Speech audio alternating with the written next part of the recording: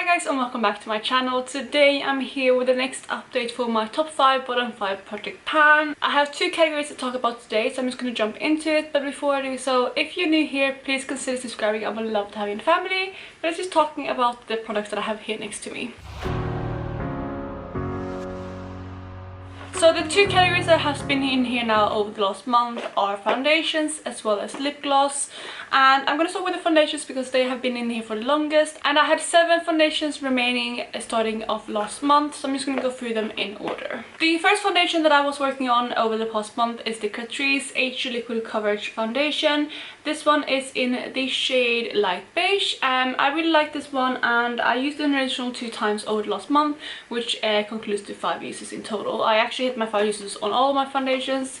I do really love this foundation. It's quite good. I feel like this is one that I do want to kind of work on though and get out eventually because it's getting a bit older, and I feel like I found things that I like better than this now. But it is a beautiful foundation, especially if you want something matte that isn't too drying, and I definitely feel like I would pick this up again. But for now I do have quite a few foundations that I want to get through and kind of just determine what I want to repurchase before actually considering repurchase this one. The next foundation that I have is the Revolution Pro CC Perfecting Foundation, and I have mine in the shade F5.7.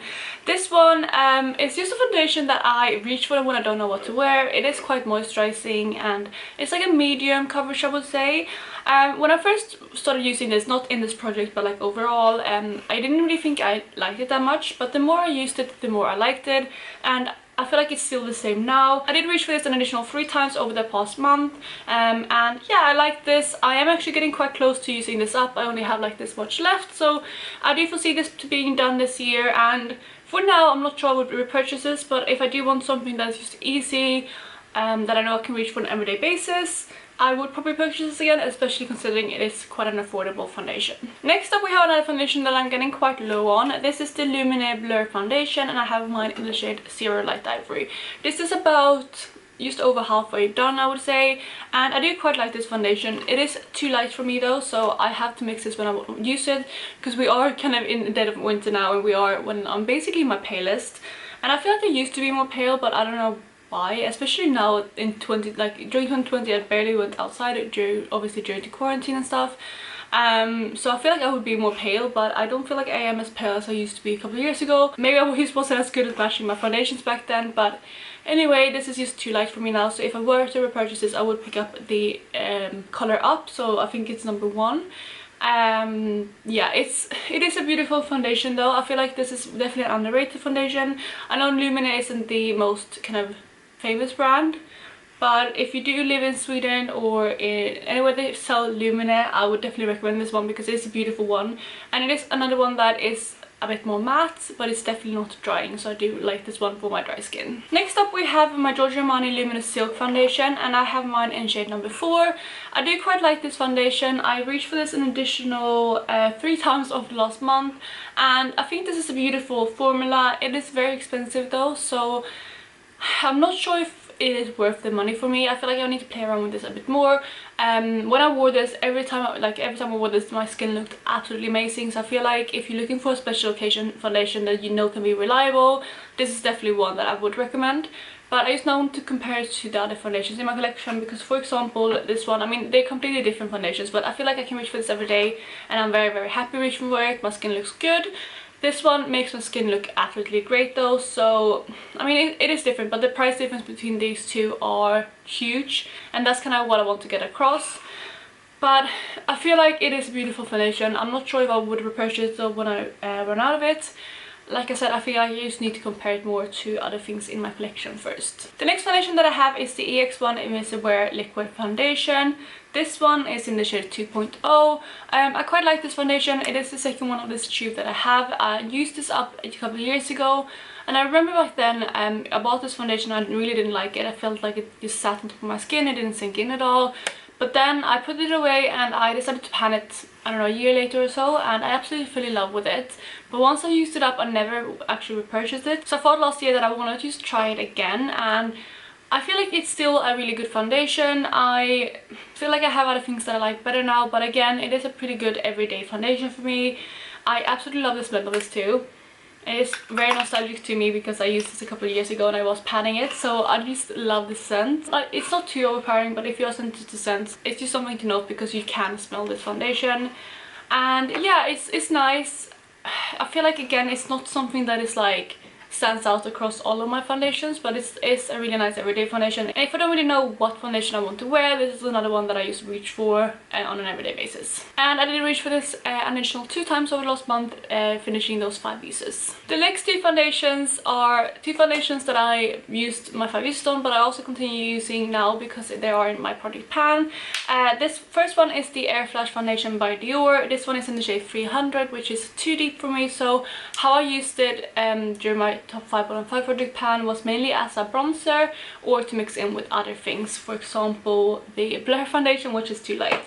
It does work really well for that, but I don't think I would repurchase this. I have had a second shade in this before that I panned.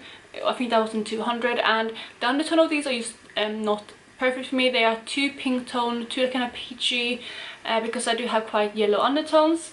So yeah, it's not a perfect shade. It's again very expensive, and I just feel like it's not worth it. I have other things that I way prefer, and it's not even better than any of the kind of drugstore foundations that I have. So yeah, it's not something that I would repurchase, but I did reach for this 5 times over the last month for those 5 uses. And then the last foundation is actually what I'm wearing today because, like I said, it is in my project pan. This is the Revolution Conceal and Define foundation in the shade F2.5. This one was ranked the lowest out of my foundations, and I still kind of feel like it would still stay there. I feel like some of the rankings that I did I would have changed now when I've used all the foundations a bit more, but this one would probably still stay towards the bottom now as well because it just looks a bit dry on my skin. It works for an everyday foundation, and I do want to pan this because of that reason. I don't absolutely hate it, and also my skin is at the absolute driest now. So I don't know, it's just not the perfect foundation for my skin. Also, this is a bit too light for me again, so I have been mixing these two, and that's also how I'm wearing it today. So that is helping, and that's how I'm getting use out of that DIOR foundation. So it's, like I said, it's a foundation that I'm currently trying to use up, and I would not repurchase this after it is done. So those were all of the foundations that I had to talk about. Let's move on to the next category, which is lip glosses. I have 10 to talk about today because I did roll this category in last month, and I'm just going to talk about which ones I've used and which ones I haven't reached for yet. The first lip gloss I only reached for once, and that's actually today. This is the Revlon, it's called the Color Burst Lip Gloss in the shade Adorned. This is like the kind of deep pinky shade with a blue shift. It's absolutely stunning, but today I'm wearing it on top of a lip stick. It is a really unique gloss, and I don't have anything else like it in my collection, but yeah, I reached for this once over the last month. The next one I've used a couple of times is the Maybelline Color Sensational Shine Gloss in the shade Glorious Grapefruit. I've reached for this twice so far. It's just like a peachy kind of nudie gloss. It doesn't show up this peach on the lips, it's more of a kind of slightly clearer gloss, and this one is definitely more pigmented. So yeah, I reached for this twice. Next up, we have 2 glosses that I've actually hit my 5 uses on. These are the only 2 that I've reached my goal on so far. The first one is the Maybelline Color Sensational Shine Gloss in the shade Pink Shock. It's the same range as the one I just talked about, but this is more of a kind of blue tone pink. Again, the color doesn't show up too much, but it's definitely better to pair with the purplish looks I've been doing recently, so I have hit my goal on this one. It is a beautiful gloss, and I do like this formula, but since it is a bit more sheer, it's not something that I reach for too often. And I feel like I have 3 of these, and I feel like I might just kind of start using up some of them because there are probably better lip gloss formulas out there that I haven't tried yet. Then the second one I hit my goal on is the Clarins Instant Light Lip Prefector in the shade 01. This is like the pinkier shade, and I do quite like this lip gloss. It is a bit too light for me, and I rank this towards the bottom of ranking my lip glosses because if I wear this on its own, it's a little bit too light for me, but I have been reaching for this a lot as like a moisturizer because it's very moisturizing and nourishing on your lips, and it's also perfect to wear on top of lipsticks and also kind of to top up lipsticks throughout the day. So I do like this for that, and I would definitely say that I like this more now than I did before putting it into this project. Then we have one more lip gloss that I have reached for, and that is a Smashbox Insta Matte Lipstick Transformer. This isn't technically a lip gloss, but I do count it as a lip gloss in my inventory, and this is just a look size sample. What this does is basically like a silicone-y kind of I guess like a lip gloss. They just put on top of lipsticks to mattify them, and I have, yeah, like I said, reached for this once, so I have 4 more uses to go. So the rest of the 5 lip glosses I have right here, and I haven't reached for these all yet because they're, as you can see, they're all kind of more peachier tones, and I haven't been wearing them in any kind of warm tones looks recently, so I just haven't had a chance to wear these. But these are some that I'm going to focus on next month, as well as the ones that I haven't reached my 5 uses on yet. So that is all of the products that I have for this update. I actually have decided to kind of take this project to an end, and I'm not going to introduce another category today because I've started to kind of get used to all of most of the categories that I want, and also I have a lot of projects going this year, and this is kind of the one that I feel like is the least, I don't know, beneficial for me. So I am gonna hit my 5 uses on all of the lip glosses that I have left, but hopefully by next month I am gonna make the finale of this project, because I just feel like I've hit the goal of what I wanted to reach with this project, which was kind of getting more uses out of my collection, as well as getting to know certain categories that I had a lot of products in, and also categories that I didn't reach for much on an everyday basis.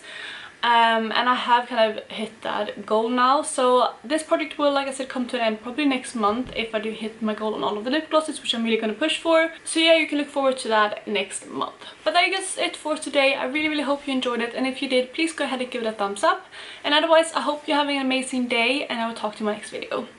Bye guys!